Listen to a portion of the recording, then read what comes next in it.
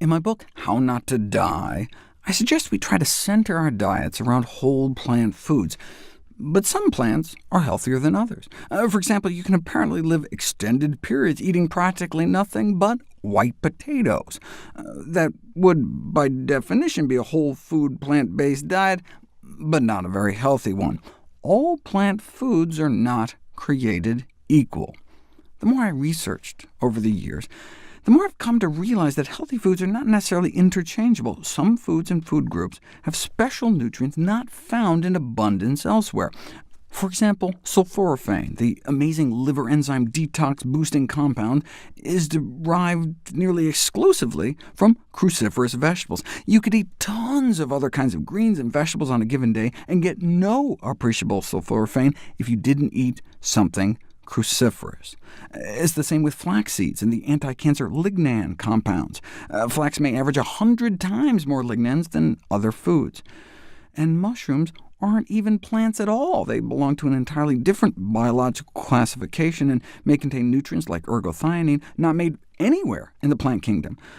So technically, maybe I should be referring to a whole food plant and fungus-based diet, but that just sounds kind of gross. It seems like every time I come home from the medical library buzzing with some exciting new data, my family rolls their eyes, sighs, and asks, "What can't we eat now?"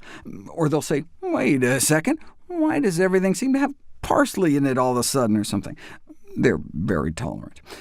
As the list of foods I try to fit into my daily diet grew, I made a checklist and had it up on a little dry erase board on the fridge, and we'd make a game out of ticking off the boxes. This evolved into my daily dozen, the checklist of all the things I try to fit into my daily routine. By beans, I mean legumes, which also include split peas, chickpeas, and lentils.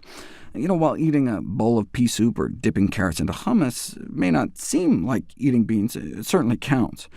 We should try to get 3 servings a day. A serving is defined as a quarter cup of hummus or bean dip, half cup of cooked beans, split peas, lentils, tofu, or tempeh, or a full cup of fresh peas or sprouted lentils.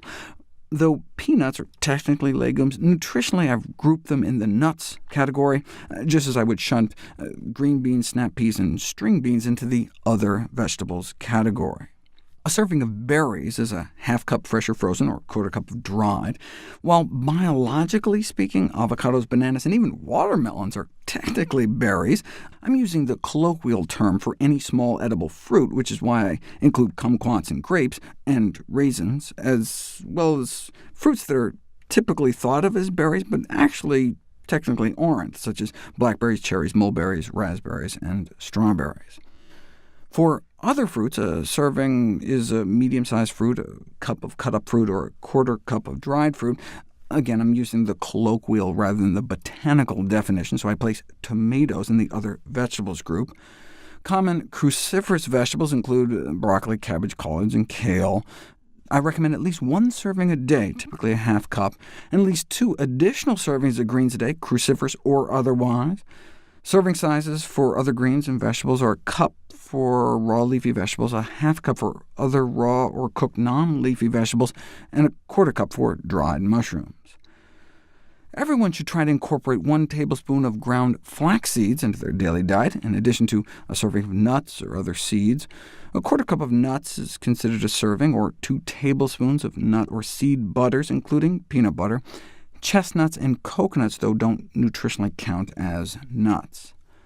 I also recommend 1/4 teaspoon a day of the spice turmeric, along with any other salt-free herbs and spices you may enjoy.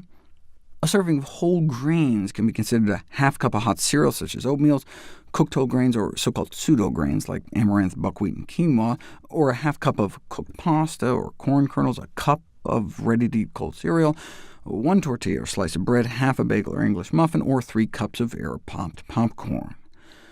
The serving size in the beverage category is 1 glass, 12 ounces, and the recommended 5 glasses a day is in addition to the water you get naturally from the foods in your diet. I explain my rationale in my video, How Many Glasses of Water Should We Drink a Day? Finally, I advise 1 daily serving of exercise, which can be split up over the day. I recommend 90 minutes of moderate-intensity activity each day, such as brisk 4 miles per hour walking, or 40 minutes of vigorous activity, such as jogging or active sports, each day. I explain my reasoning for that in my video, How Much Should You Exercise? This may all sound like a lot of boxes to check, but it's easy to knock off a bunch at a time. One simple peanut butter banana sandwich, and you just checked off 4 boxes. Or imagine sitting down to a big salad: 2 cups of spinach, a handful of arugula, a handful of walnuts, a half cup of chickpeas, a half cup of red bell pepper, and a small tomato. You just knocked out 7 boxes in one dish. Sprinkle on your flax, add a handful of goji berries, and enjoy it with a glass of water and fruit for dessert, and you just wiped out nearly half your daily check boxes in a single meal. And then if you just ate it on your treadmill— just kidding. Do I check off each glass of water I drink? No.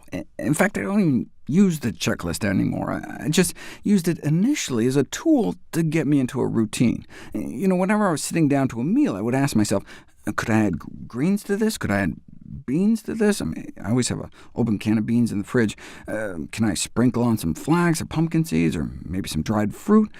The checklist just got me into the habit of thinking, how can I make this meal even healthier? I also found the checklist help with grocery shopping. Although I always keep bags of frozen berries and greens in the freezer, if I'm at the store and want to buy fresh produce for the week, it helps me figure out how much kale or blueberries I need. The checklist also helps me picture what a meal might look like. Looking over the checklist, you'll see that there are 3 servings each of beans, fruits, and whole grains, and about twice as many vegetables in total than any other component.